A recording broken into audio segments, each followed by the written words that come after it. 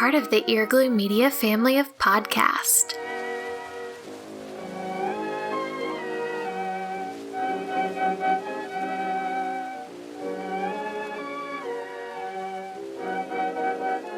You're listening to Petticoats and Poppies. History Girls at the Movies.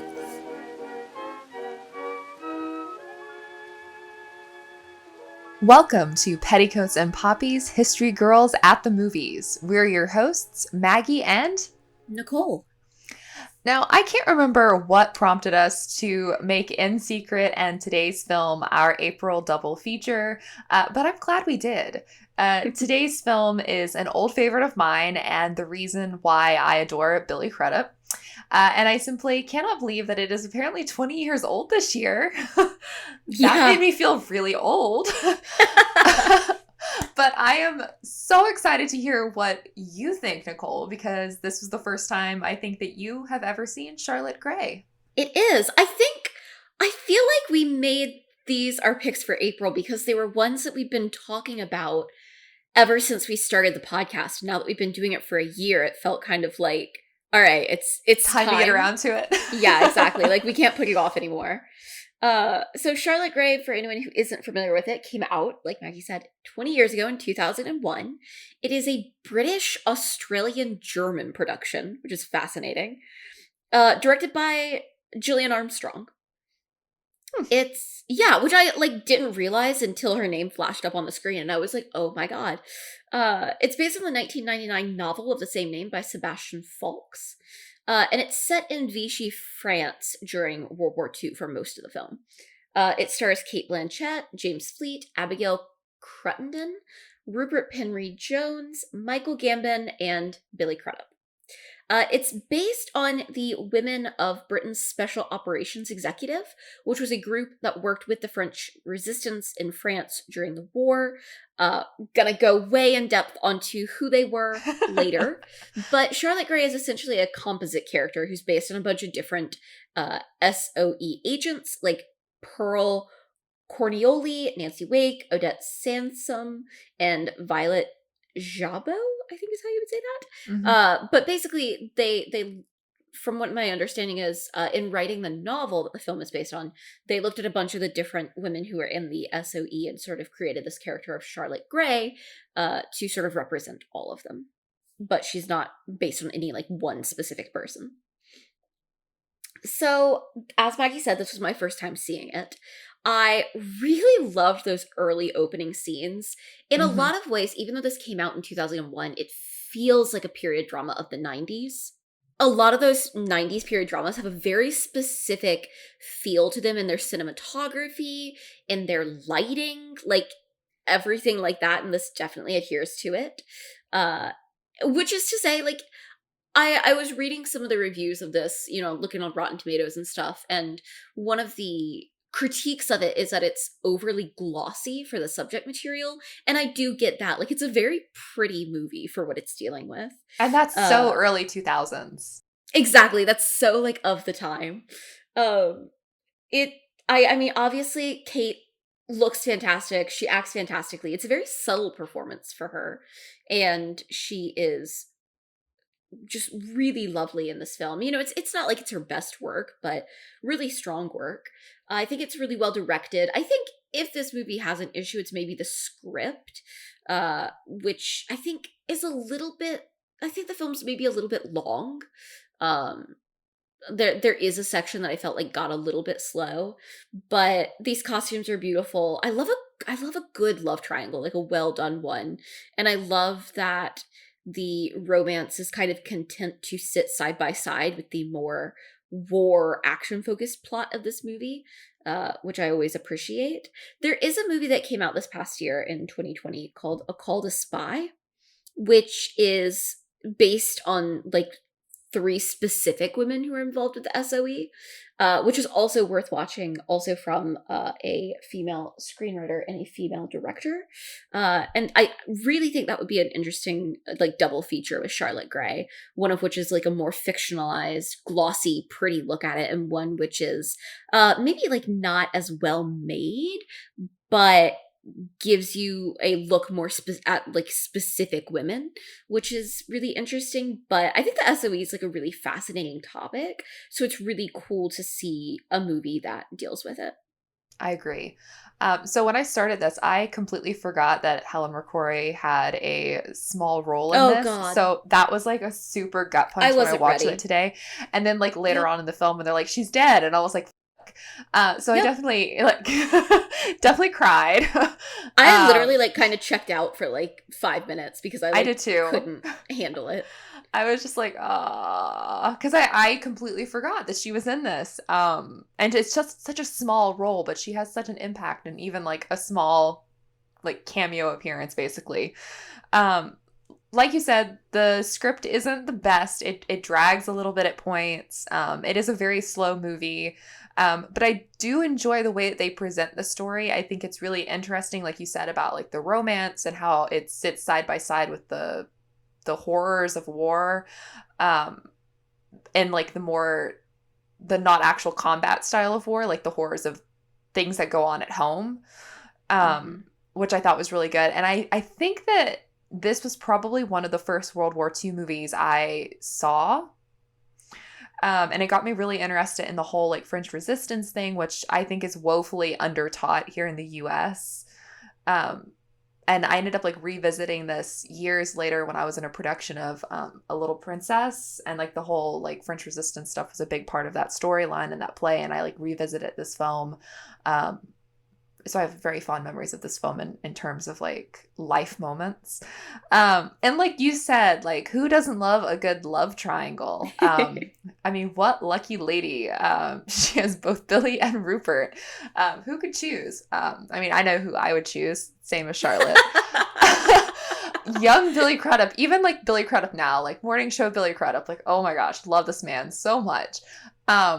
But I really liked that she, like the way that she approaches the love triangle at the end of the film. She's changed. She's not the same woman she was at the beginning. And like, she's gone through so much with Julian that there's no way that she can go back to Rupert's character, is his name Peter? Peter, yeah. Peter, yeah. That feels right. Yeah, like she's already grieved for Peter. She's already moved on from Peter. She's already like become a different person. So I thought that was interesting, and I like that there was no like weird, sometimes people don't do love triangles well. And what I'm trying to get at is this was a really well done love triangle. Like it makes sense for why she was at one stage in her life and now she's at a different stage in her life. And I still just love that moment when she's there and she's like, I have something I've been wanting to tell you. And his face is like, what? He has like such a like incredulous face. Like, kudos to Billy. You have a good face. But there were some things that like I didn't remember that I apparently just blocked out, like the creepy teacher in town that like assaults Charlotte. Big shout out to Julian for what he does to that fellow. Loved that. Love that moment. Never thought I'd be happy to see brains splattered on screen.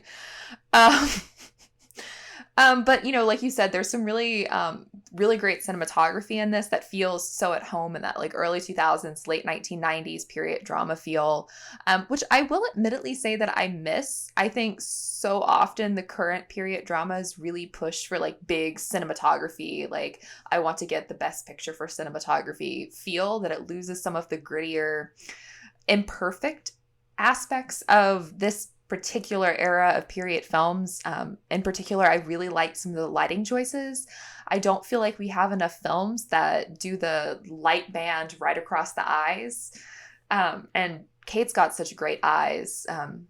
In particular, like that scene when they're being held by the German soldier and they start kissing, but like the whole beforehand, the way the light band is right over her eyes adds like something really interesting and visually intriguing to the scene. And that's like one of my favorite lighting tricks in films. And it made me think about the fact that I don't think I've seen that in a while. So it was kind of nice, like for nostalgia's sake, to kind of revisit this particular aesthetic that really works for me. Absolutely. Absolutely. And yeah, Billy Crudup is absolutely dreamy in this movie. And so is Kate Blanchett, for that matter. Like, she's gorgeous. Lot of eyes, beauty happening. Yes. Yes. Also, that woman, like, this movie is such proof. She can pull off any hair color. Oh, I know. But this movie made me wonder, like, why Billy Crudup didn't have more, like, dashing, like, Yeah. roles. Like, who tried to blackball him? Because he is beautiful and, like, this is now just going to be the Billy Crudup fangirl show. Sorry.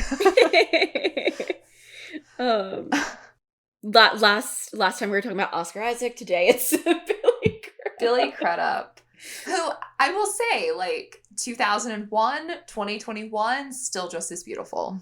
It's true. It's true. So, to start off, it felt like the only thing that we could talk about with this film, especially because, there's other topics that this film touches on, but there's a lot of World War II movies out there, and I sort of didn't want to cut us off from discussing other parts of this later. But obviously we're going to talk about the Special Operations Executive. But after that, we've picked some specific women who were involved in the Special Operations Executive that we're going to highlight, because I thought that that would sort of be a nice thing to go along with this movie, would be to learn sort of about some of the women that this character is sort of, loosely based on.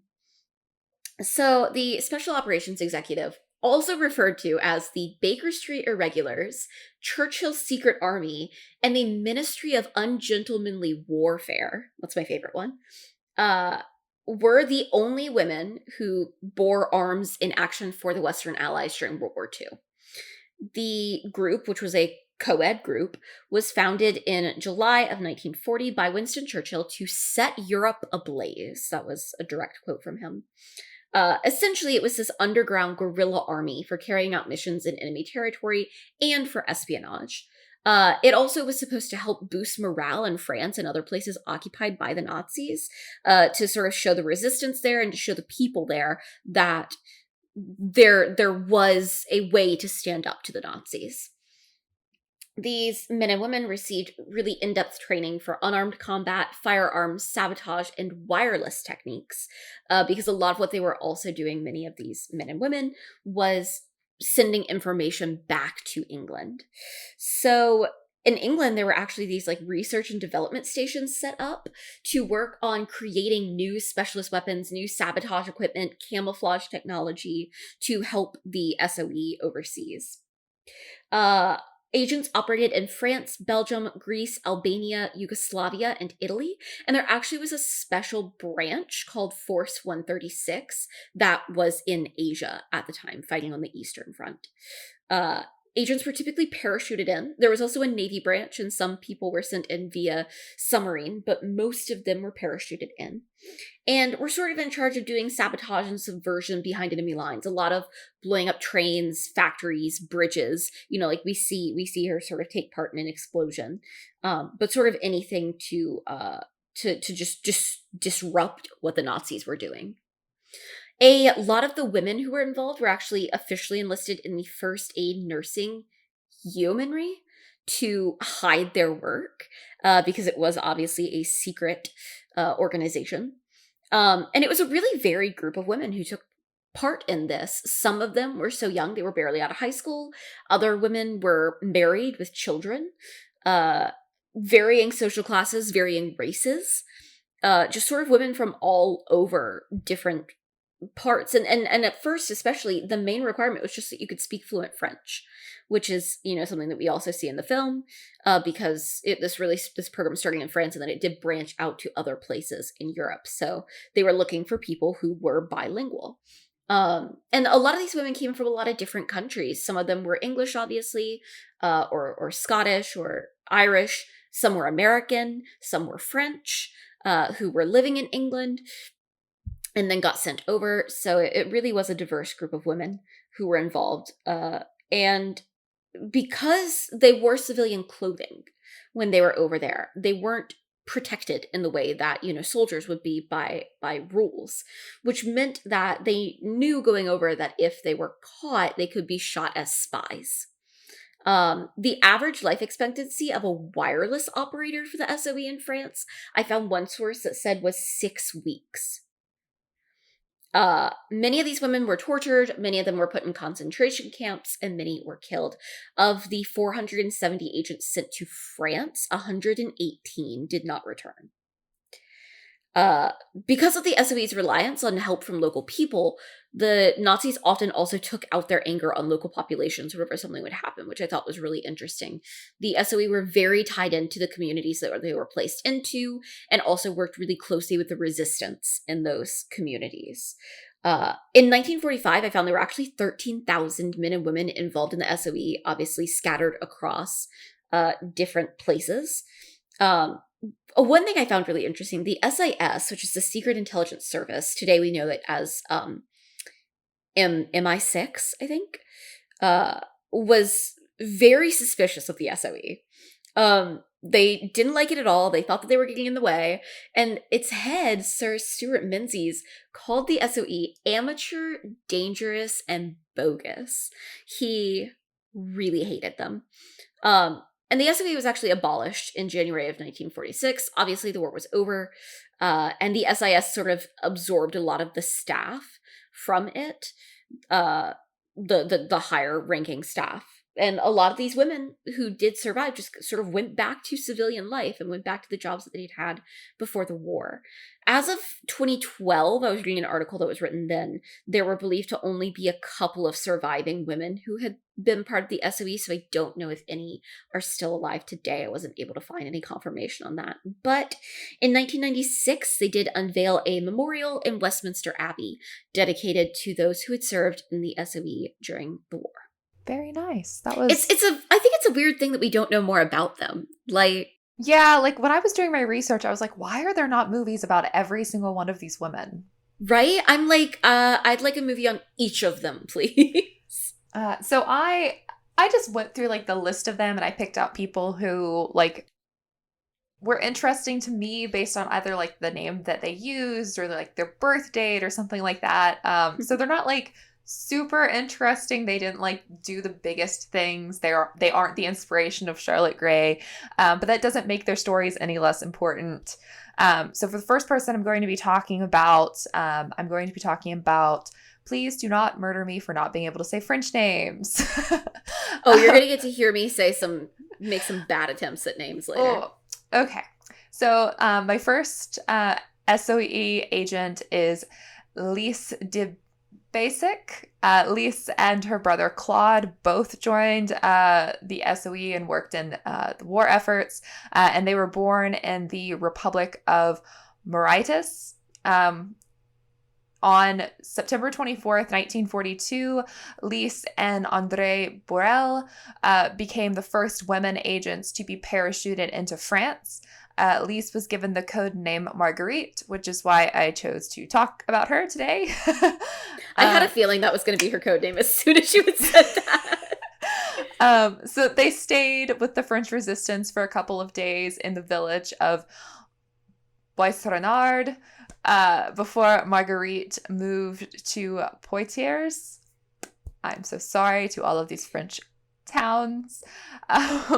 Over the next few months, Marguerite acted as a liaison officer between the Prosper Scientist and Bricklayer networks.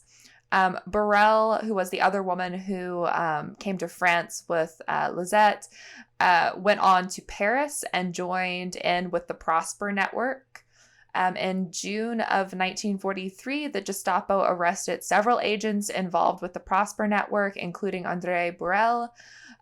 Basic, I don't know how to pronounce this, managed to escape back to England, and she was later dropped back into France in April of 1944 to work with the Pimento Circuit, which was run by the SOE agent Anthony Brooks. She later joined her brother in Normandy. According to her Special Operations Executive file, it was said that she was the inspiration of groups on the Orne, and by her initiative caused heavy losses to the Germans with tire bursters on the road near Saint-Aubin-la-Desert, Saint-Mars, and as far as Laval, Le Mans, and Rennes. She also took part in several armed attacks on enemy columns. So she did quite a bit, and I thought it was interesting that she is hailed as like the first of these women agents to be parachuted into France very early on in the SOE efforts, which is why I chose her. I also thought it was interesting the connection with André Borel being taken by the Gestapo, and of course the character that we talked about earlier on. Absolutely. Yeah.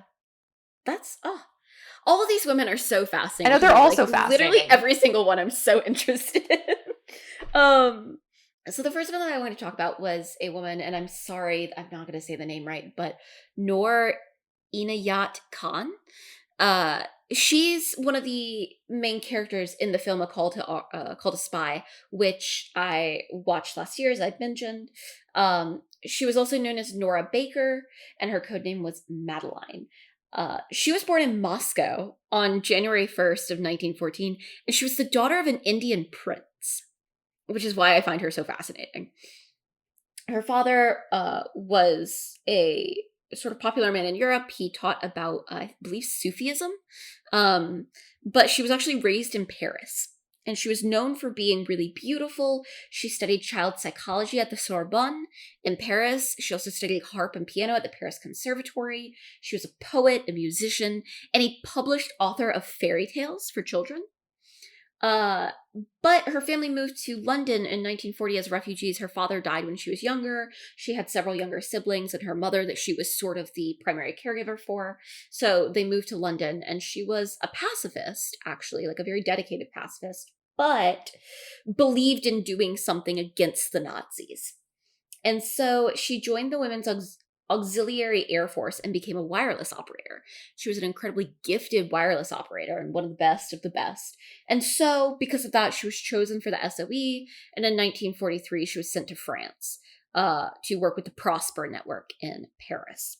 She lasted several months on the ground, and for a long time was actually the only active SOE radio operator in the Paris area. So she actually would have to, with all of her radio equipment, which they had these like radios that were sort of like in suitcases so that they were mobile. She would have to move to a new location every day because it was too dangerous for her to stay in the same place for longer than a day. And she was eventually betrayed in October of 1943, and she was imprisoned by the Gestapo. She then was moved to Germany, where she was kept in solitary confinement for a while. And then in September of 1944, alongside 3 other women from the SOE, she was moved to Dachau concentration camp, where she was stripped and beaten and shot. She was 30 years old at the time. But, you know, she made a huge difference in how much she was able to do in those months that she was working. And she did last longer than a lot of agents over there who were wireless operators, particularly in Paris. And she was posthumously awarded the George Cross, which is the highest civilian decoration given in the UK. Yeah, so not like a happy ending to that one. But I do think it's important to remember that, you know, we see in the movie, like, Charlotte gets her happy ending, and a lot of these women didn't. A lot of them This is true. died in concentration camps. It also sort of goes along with, I think, that it's interesting that whenever we're taught about World War II in school, I feel like we're typically taught about concentration camps as something that only happened to Jewish people, and obviously, like, not to downplay that at all, but there were a lot of types of people put into concentration camps. You know, everything from political prisoners to gay people to other like ethnic groups like Romani people. And I just always think it's interesting whenever you're reading something like this and it's like, oh, they were sent to this like really well-known concentration camp. But yeah, I think that Noor is a really fascinating figure, and you know, one that like I would love to see like stuff taught about in school, because she's really cool, and it's also really cool to, you know, hear these stories of women of color, which is not a group that I associate with World War II. So No. Very interesting. So the next woman that I'm going to be talking about is Anne Marie Walters. Anne-Marie's father was the Deputy Secretary General of the League of Nations in Geneva. As the war began, she ended up enlisting as an officer in the Women's Auxiliary Air Force and was subsequently recruited into the Special Operations Executive and trained for service in occupied France. She later said, "If anyone had told me that I would spend the summer of 1943 being timed at assault courses, tapping Morse messages on a dummy key, shooting at moving pieces of cardboard, crawling across the countryside, and blowing up mock targets, I would have shrugged my shoulders with disbelief." She was dropped by parachute into Armagnac area of southwestern France in January of 1944. The year prior, there had been an attempt to parachute her in, but due to bad weather, they ended up circling back to England and ended up resulting in a crash landing at the Divisionary Airfield, which was caused by like a lot of fog, and she actually suffered a minor head injury from that. She ended up becoming a courier for George Starr's Real Right Network, the resistance network, which encompassed a region just north of the Pyrenees, which included Toulouse and Bordeaux. She did not think favorably of George Starr, and I find this really funny because I found a lot of references to like her issues with Starr, and a lot of people had issues with Starr, and sometimes it's referred to as the Star Wars, which I thought was the funniest thing. I didn't dig a lot into Starr. I wish I had had more time to do that. He seems like he was maybe like really into playing war. So definitely somebody to look further into. But she had this quote about him. Starr is strictly an agent and neither a politician nor a military strategist. The guerrilla action he commanded was most unsuccessful. So definitely somebody who liked the violence, but that doesn't always solve problems. Ironically, he didn't think very favorably of her either. He's quoted to have said, before I read his quote, Anne-Marie's code name was Colette, so that's who he refers to in this quote. Okay. Have had to send Colette back because she is undisciplined in spite of my efforts to train her. Most indiscreet. Very man-mad. Also disobedient. Totally unsuitable. Jesus Christ. She definitely had quite a few quotes about her where she definitely had opinions of her own and she made them known, which just made me very endeared to her. Okay, the next woman that I'm going to talk about, it's the same thing. They were like, oh, she's stubborn, she's too opinionated, she's too temperamental. And I'm like, y'all do realize that these are all things that probably make them like better suited to, exactly this work that they're doing, right? Like, you don't want like docile, like. Especially the fact that like one of his critiques of her is that she's man mad. But I'm like, that's literally what you want in a spy. Like, you want the woman that the men are going to talk to and are going to schmooze. Like, that's a good thing. Like, I'm sorry she didn't want you. Like, that's what I always assume when some man says something like that. I'm like, always. Oh, that's what it is. Okay. Yep. So like, as soon as I saw this quote, I was just like, okay, I like Anne-Marie. She's cool. She's headstrong. She knows what she wants. So during the next 7 months, Anne-Marie carried messages around the region. She received airdrops, delivered explosives, and arranged the escape of downed airmen. After the war, Anne-Marie actually wrote her memoirs. It was called Moondrop to Gascony.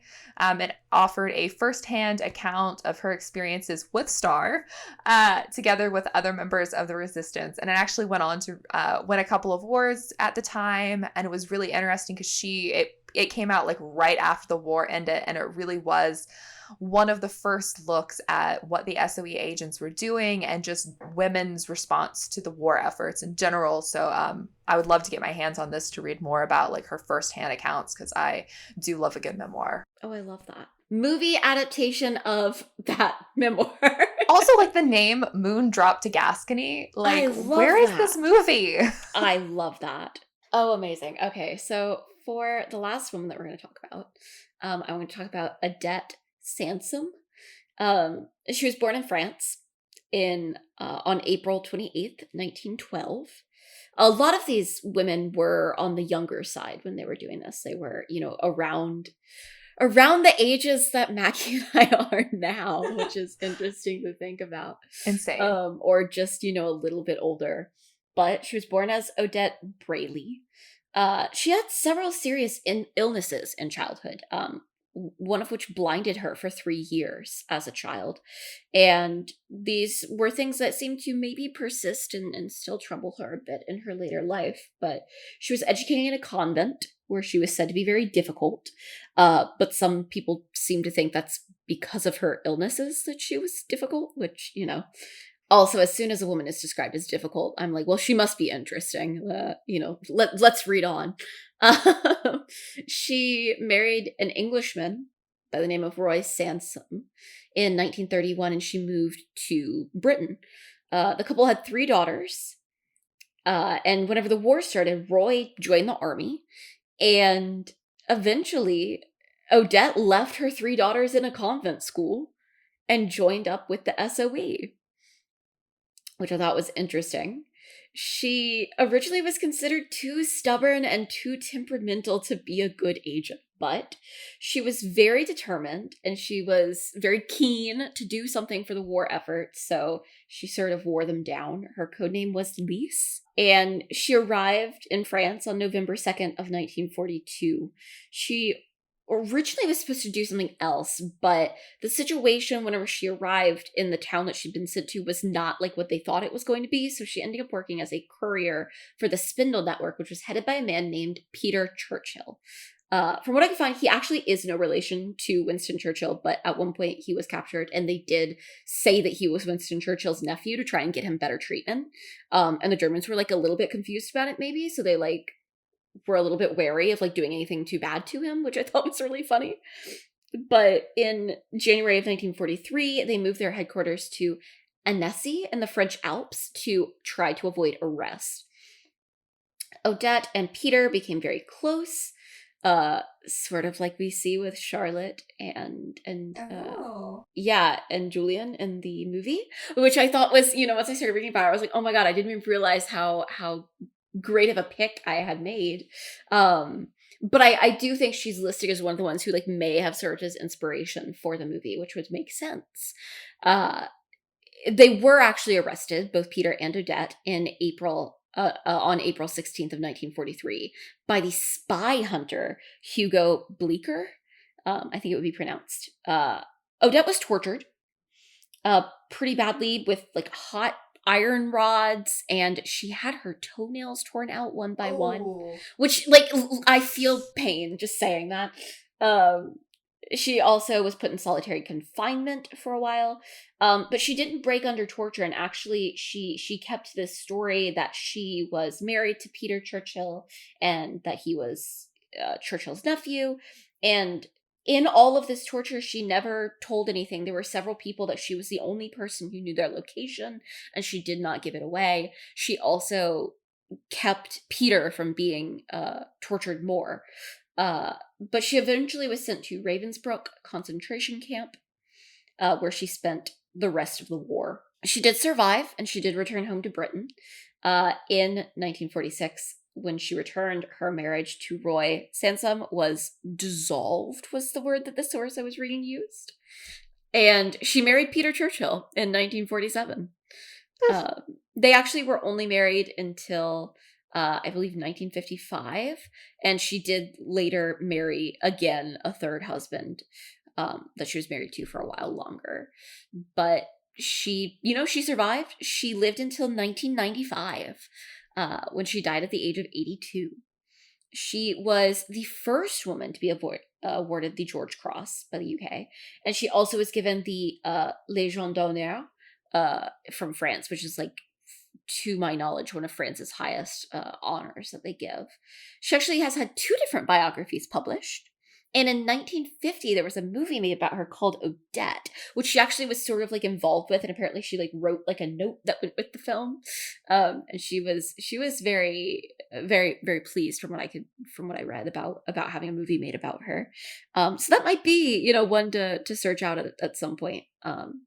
because she sounds like a very fascinating woman. Again, described as difficult, temperamental, but did a lot of good work, and you know, went through a lot of terrible things and didn't give in under torture, which, you know, she saved a lot of lives in doing that. And I think it's kind of crazy to think about these normal women sort of either getting plucked or volunteering in some way for this work, and the amount of lives that they saved, and, you know, what they did for the war effort, and how nowadays most people don't even realize that happened. I feel like most people would assume that women were not involved at all, you know, in any sort of combat type or you know, front lines role.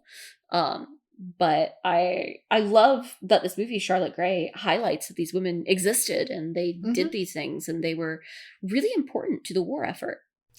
Yeah, and, you know, going off what you said about Odette being similar in age to you and I, it's really hard to think about what it would have been like to be like, I have to step up, I have to do something, I have to join the SOE, I have to go behind enemy lines, to do all of this stuff at our age. Like, it's so strange to think about that there are people like our age that even today do stuff like this, that they have to risk their lives to try to save other people. And it's sobering, I think, is the only way to really explain it. Because, I mean, Lord knows there are things going on around the world that are absolutely horrific, and people are stepping up and sacrificing their own well-being to try to make things right.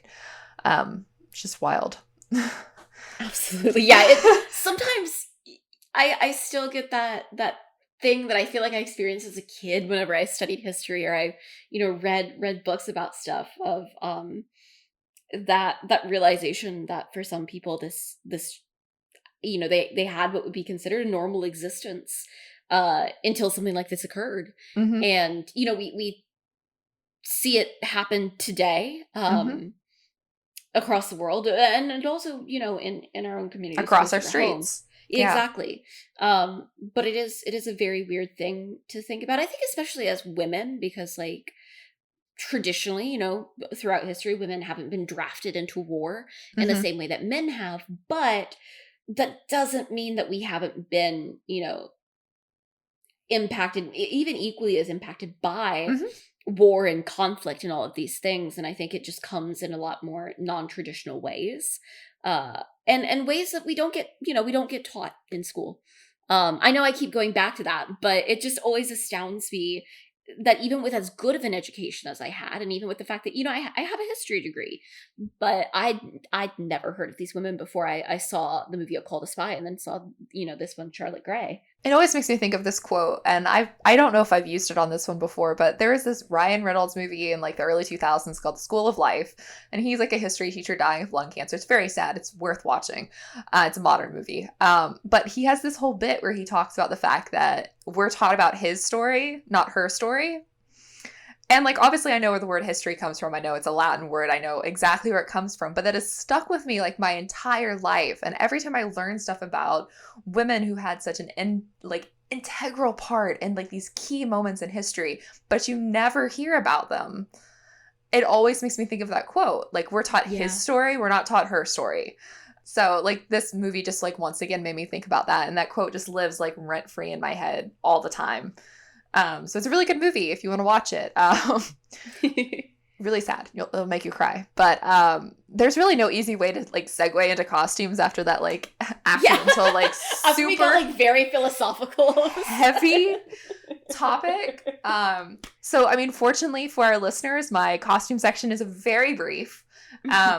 Charlotte Gray has this, like, super very classic Hollywood vibe about it. Charlotte is always perfectly dressed, perfectly pressed, even in, like, the worst situations. Her hair is perfectly coiffed, her clothes are wrinkle free, she's not covered in dirt, her shoes are clean. It's one of those films, like, you just gotta, like, overlook that everybody's very clean. I noticed, like, bombed out London 6 months later, everyone's lining up to get their rations, and, like, everyone's clean. And I'm like, that doesn't seem real, but sure.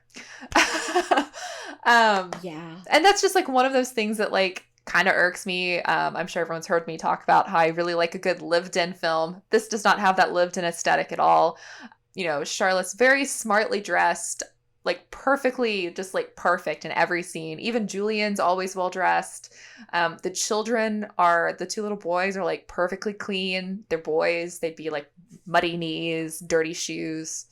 Everything looks like it's just been laundered and put on the actors like fresh every day.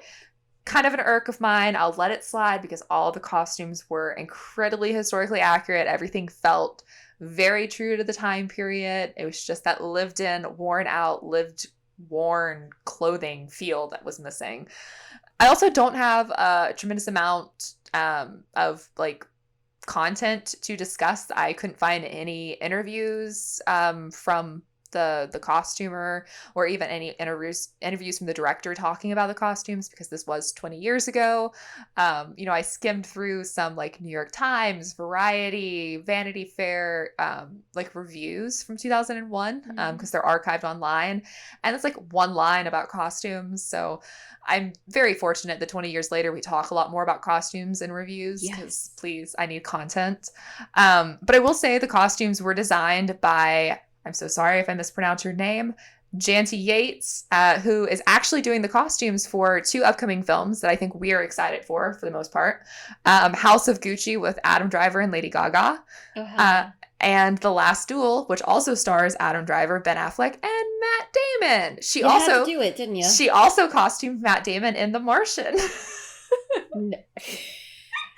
I know that you know exactly where my brain. I was like, who else she costumed in The Martian? Literally, like, I looked up her thing, and the first picture is a picture of Matt Damon. Oh, Jesus Christ. I am. You know what? I am very excited for The Last Duel, despite Matt Damon being in it. I thought it was too funny that she's literally costuming the 2 films that I am like most excited for. They're 2 historical films. They both have Adam Driver in them. With like, we are about to get spoiled for Adam Driver content between those and Annette. Annette, yeah, and a lot of like long hair Adam Driver content, which is what I'm all about. We definitely will have to cover The Last Duel, and the House of Gucci. Yeah. I think I'm readers, tell me if this is the thing that you want. I'm toying with the idea of reading the book that The Last Duel is based on. Just so, because it's a nonfiction book. Yeah. Just so I can like properly evaluate that movie. Because I have thoughts about the premise of it. Yeah, it's definitely it's a thing. Right. It's not the kind of movie I like to see men make. No. In some ways. In other ways, like, the kind of movie that I like to see made is Adam Driver as a knight. So I feel like I might be able to trust Ridley Scott. Yeah. But at the same time, I don't know if I trust Ridley Scott. I don't know that I trust Matt Damon. Yes. And he's too much of a driving force behind it. And Adam's playing the bad one, right? That's what I haven't figured out yet. The questionably bad one? Because it's it's the semantics of the situation. It's going to be hard to talk about. So that's my thing. If readers would like for me to read the book, I can do that. And then we can do an episode and I can kind of get into how they adapted it. And hopefully made it that's better. The thing that people... Yeah, right. Like, or at least we're just like, didn't embellish it in weird ways. You know what I mean? Yeah. But anyways, so House of Gucci. What I'm saying is, let me know, listeners. I think I said readers. Let me know, listeners, if that's something that you'd be interested in whenever that film comes out. Us covering it and me, me doing the dirty work so you don't have to. Yeah, because I know I'm not going to read that, but mostly because my to be read pile is like 25 books high. Same. But for Adam Driver, I can make sacrifices. Yeah, but so thank you all for listening to our 24th episode. I cannot believe this is episode 24 of Petticoats and Poppies, History Girls at the Movies. We would love to hear from you over on social media and to hear what you think of Charlotte Gray. You can find us on social media at HGATM Podcast on Twitter, Instagram, and Facebook. You can find Maggie at Maggie of the Town, and you can find me over at Nicole Ackman 16. Be sure to give us a follow so that you don't miss out on new podcast episodes. You can listen to our podcast on Spotify, Apple Podcasts, the Earglue Media website, and Audible. If you like what you hear, don't forget to leave us a rating on Apple Podcasts and over on Podchaser. Every few episodes, we'll be reading our reviews, so be sure to leave us one if you would like to be featured. We'll be back soon with another episode as we continue to look at period films from a history and film perspective. Until then, stay safe and healthy. And get vaccinated.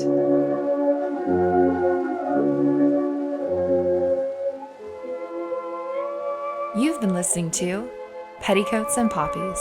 History Girls at the Movies.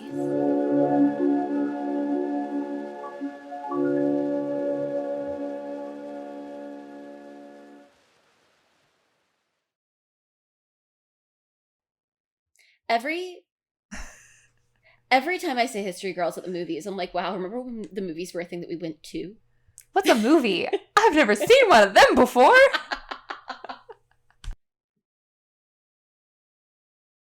So for one of mine, I wanted to talk about, and I'm probably going to butcher this name, but Noor Inya.